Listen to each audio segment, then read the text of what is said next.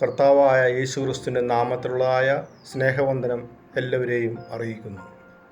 യോഹന്നാൻ എഴുതിയ 1 ലേഖനം 3 അധ്യായം ആദ്യ വാക്യത്തിൽ നാം കാണുന്നത്, കാൺമിൻ, നാം ദൈവമക്കളെന്ന് വിളിക്കപ്പെടുവാൻ പിതാവ് നമുക്ക് വലിയ സ്നേഹം നൽകിയിരിക്കുന്നു എന്നാണ്.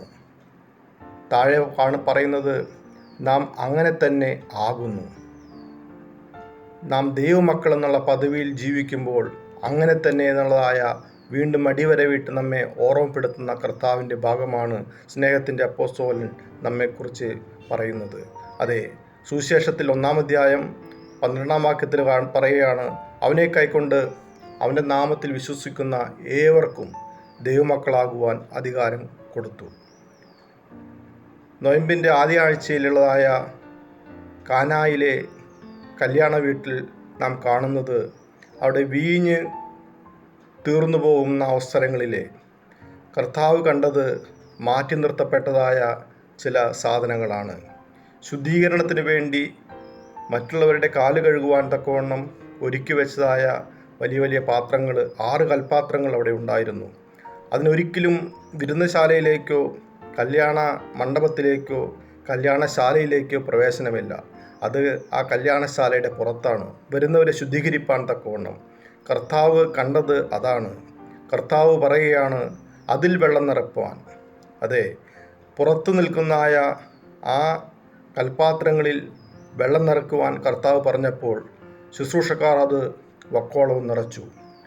ആ വക്കോളം നിറച്ച് പിന്നെ അത് പുറത്തല്ലായിരിക്കുന്നത്, അത് കലവറയിലേക്ക് കടന്നു വന്ന് അത് വിരുന്നുശാലയുടെ ഏറ്റവും പ്രധാന ഭാഗത്ത് ആ വീഞ്ഞുഭരണിയായി അത് രൂപാന്തരപ്പെട്ടു.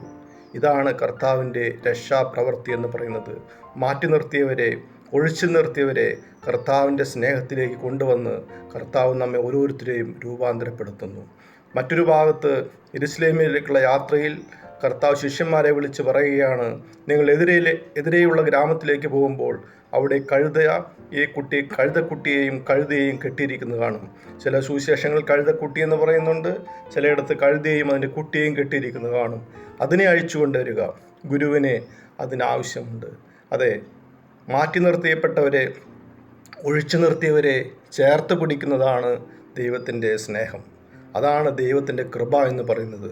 നാം എവിടെയൊക്കെ മാറ്റി നിർത്തപ്പെട്ടിട്ടുണ്ടോ, അല്ലെങ്കിൽ എവിടെയൊക്കെ ഒഴിച്ചു നിർത്തിയിട്ടുണ്ടോ, അവിടെ നിന്ന് തിരിച്ചു വിളിച്ച് ദൈവസ്നേഹത്തിലേക്ക് കൊണ്ടുവരുന്ന കർത്താവിൻ്റെ രക്ഷാപ്രവൃത്തി എന്ന് പറയുന്നതാണ് കർത്താവിൻ്റെ സ്നേഹത്തിൻ്റെ ഏറ്റവും മകുടമായ ഉദാഹരണം.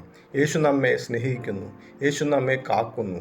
നമ്മെ മാറ്റി നിർത്തുവാനല്ല, ഒഴിച്ചു നിർത്തുവാനല്ല, ഒന്നും വേണ്ട എന്ന് പറഞ്ഞ് മാറ്റി നിർത്തുന്ന അനുഭവത്തിൽ നിന്ന് ആ വിരുന്നുശാലയിലേക്ക് ഏറ്റവും മെച്ചമായ, ഇത്രയും നല്ലത് സൂക്ഷിച്ചു വെച്ചല്ലോ എന്ന് പറയുന്ന ആ അനുഭവത്തിലേക്ക് കർത്താവ് നമ്മെ രൂപാന്തരപ്പെടുത്തുന്നു. മറ്റൊരു ഭാഗത്ത് കുഷ്ഠരോഗി കടന്നു വന്ന് പറയുകയാണ്, അതെ, നിനക്ക് മനസ്സുണ്ടെങ്കിൽ എന്നെ സൗഖ്യമാക്കുവാൻ കഴിയും എന്നല്ല പറഞ്ഞത്, എന്നെ ശുദ്ധമാക്കുവാൻ. അത് കർത്താവിൻ്റെ സന്നിധിയിലേക്ക് കടന്നു വരുന്നവരെ ശുദ്ധമാക്കുവാൻ, ശുദ്ധീകരിക്കുവാൻ, രക്ഷയുടെ അനുഭവത്തിലേക്ക് കൊണ്ടുവരുവാൻ ദൈവം നമ്മെക്കുറിച്ചൊക്കെ ആഗ്രഹിക്കുന്നു. അതെ, നമുക്ക് വേണ്ടി നമുക്ക് സമർപ്പിക്കാം. നമ്മുടെ ചുറ്റുപാടുകളിലെ മാറ്റി നിർത്തപ്പെട്ടവരെ, ഒഴിച്ചു നിർത്തപ്പെട്ടവരെ, നമ്മുടെ സമൂഹങ്ങളിൽ ഒഴിച്ചു നിർത്തപ്പെട്ടവരെ ഈ യേശുവിൻ്റെ സ്നേഹത്തിലേക്ക് നമുക്ക് കൊണ്ടുവരാം. ഈ വർഷം അതിനായിട്ട് നമ്മെ ഒരുക്കുമാറാകട്ടെ എന്ന് പറഞ്ഞുകൊണ്ട് വാക്കുകളെ അവസാനിപ്പിക്കുന്നു. ദൈവം നമ്മെല്ലാവരെയും അനുഗ്രഹിക്കുമാറാകട്ടെ.